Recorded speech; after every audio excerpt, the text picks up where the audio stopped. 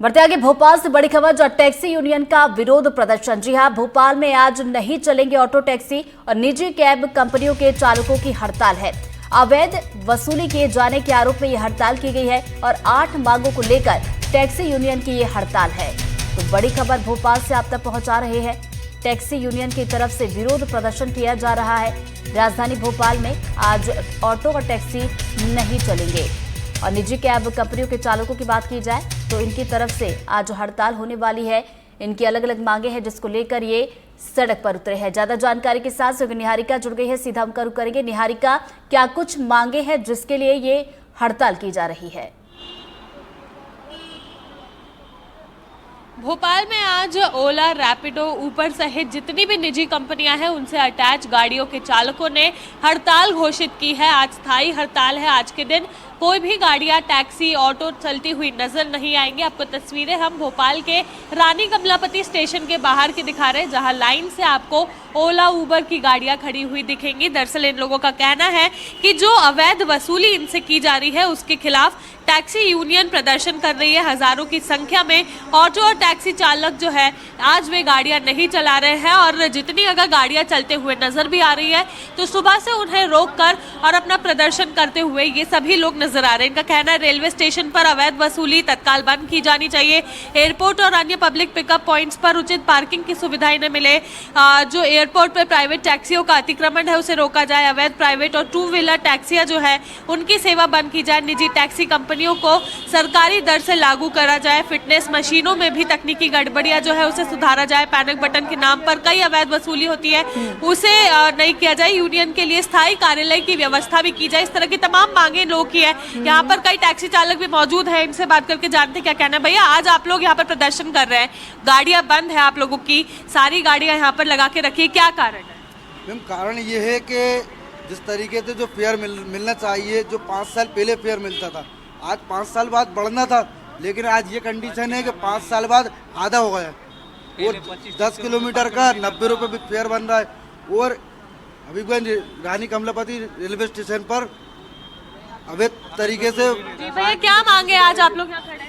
ये पर किलोमीटर बढ़ना चाहिए। पहले 2500 रुपये 30 रुपये पर किलोमीटर मिलता था, आज के टाइम में 9 से 10 रुपये पर किलोमीटर मिल रहा है। भाई, महंगाई के हिसाब से फेयर बढ़ना चाहिए। पता चल रहा है कि महंगाई तो बढ़ गई, फेयर वहीं की वहीं है और नीचे आ गया। अब कितना अपन बर्दाश्त करेंगे भाई? 12-12 लाख की गाड़ी लेकर खड़े हुए हैं। अब इसकी किस्तें भरें और उसकी किस्तें भरें कि घर को चलाएं, बताइए क्या करें कि गाड़ी बेच दे अपन?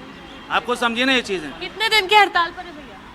अभी तो हम देखते हैं, अभी तो हम 1 दिन की हड़ताल पे हैं और अगर ये कंपनी अगर सोल्यूशन नहीं करती है तो हम हमारी हड़ताल को और बढ़ा सकते हैं। बीच में ये कहा गया था कि जो आप लोगों के लिए उबर और ये ओला चल रही है उसमें पीक आवर्स में आप लोग अपना जो फेयर है उसको दोगुना कर पाएंगे, ऐसा कुछ है? वो अगस्त के बाद बढ़ेगा, अभी शासन ने लागू नहीं किया वो नियम, अभी लागू नहीं है। वो होने तो वाला है, उसके अलावा भी आप उसके बाद लागू करेंगे वो, उसके बाद में अभी जानकारी नहीं है ना, उनने हमें कोई ऐसी जानकारी दी है पिकअप के आपका चार्ज इतना बढ़ेगा। अभी तो यही 9-10 रुपये पर किलोमीटर के हिसाब से दे रहे हैं, अभी तो कुछ नहीं ऐसा बढ़ रहा है। जी, आज कितनी गाड़ियाँ रोकी? मैडम, हम लोग ये चाहते हैं जो कलेक्टर गाइडलाइन है उसके हिसाब से सभी को पैसा मिलना चाहिए। उसमें सब लोग परेशान हैं। अगर प्रशासन और शासन हम लोगों की मांगे मानता है तो कलेक्टर गाइडलाइन से हमें पैसा मिलना चाहिए ताकि सारी कंपनियां एक जैसा किराया करें। पर ये निजी गाड़ियां हैं, निजी कंपनियां हैं, तो ये सरकारी दर से कैसे लागू? तो हम लोग तो ये है कि गवर्नमेंट अपना ऐप यूज करे और 10% कमीशन ले। वो गवर्नमेंट भी चाहे तो अपना ऐप यूज़ कर सकती है, तो हम उसके थ्रू काम करना चालू कर देंगे। क्योंकि ये तो हमें मतलब ये है कि 150 रुपये पर डे ले रहा है। अब उसके अंदर हम 100 रुपये की बुकिंग भी करते हैं और कभी एक बुकिंग भी करिए तो भी 150 रुपये लगना ही है। वो यही कंडीशन उबर की भी है और रैपिडो की भी यही कंडीशन, मतलब कि फुल तरीके से हमारा शोषण किया जा रहा है। और ये कंडीशन मैडम अपनी कंपटीशन के चक्कर में रेट कम करती जा रही हैं, इसलिए ड्राइवर भाई बहुत परेशान है। तो हम लोग इसीलिए कलेक्टर साहब से मांग कर रहे हैं ताकि वो कलेक्टर रेट एक डिसाइड करें और उसी के अनुसार सबको चलाएं।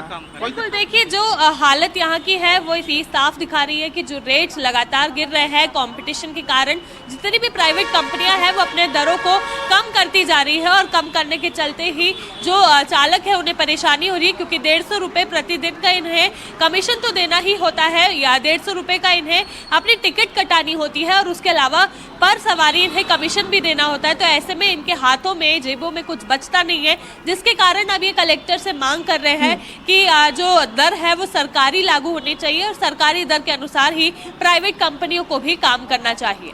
तो चलिए, इनकी अपनी मांगे हैं जिसको लेकर ये सड़क पर है, प्रदर्शन हड़ताल जो इनकी तरफ से की जा रही है। अब देखने वाली बात होगी क्या कुछ इनकी मांगों को लेकर आश्वासन मिलता है। बहुत बहुत शुक्रिया निहारिका आपको जानकारी के लिए। चलिए बढ़ते आगे। आज से छत्तीसगढ़ विधानसभा के मॉनसून सत्र का आगाज है। 5 दिनों तक ये विधानसभा का सत्र चलेगा और विधानसभा के सत्र के हंगामेदार होने के आसार है। 10 से ज्यादा संशोधन विधेयक सरकार ला सकती है। तो बड़ी खबर आप तक पहुंचा रहे हैं। छत्तीसगढ़ विधानसभा के मॉनसून सत्र का आज से आगाज होने जा रहा है। 5 दिनों तक ये चलेगा और जहां एक तरफ विपक्ष की तरफ से विधायक दल की बैठक ली गई और सरकार को घेरने की रणनीति तैयार की गई, तो वही सत्ता पक्ष की तरफ से भी बैठक करके किस तरीके से जवाब देना इसकी तैयारी है। और आज पहला दिन रहेगा इसका। और बता दें 5 दिनों तक ये विधानसभा का सत्र चलने वाला है।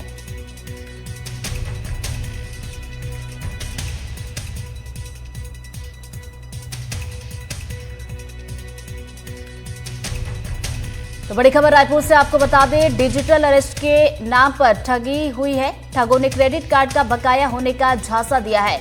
मई महीने से महिला से ठगी का खेल चल रहा था और पति पत्नी के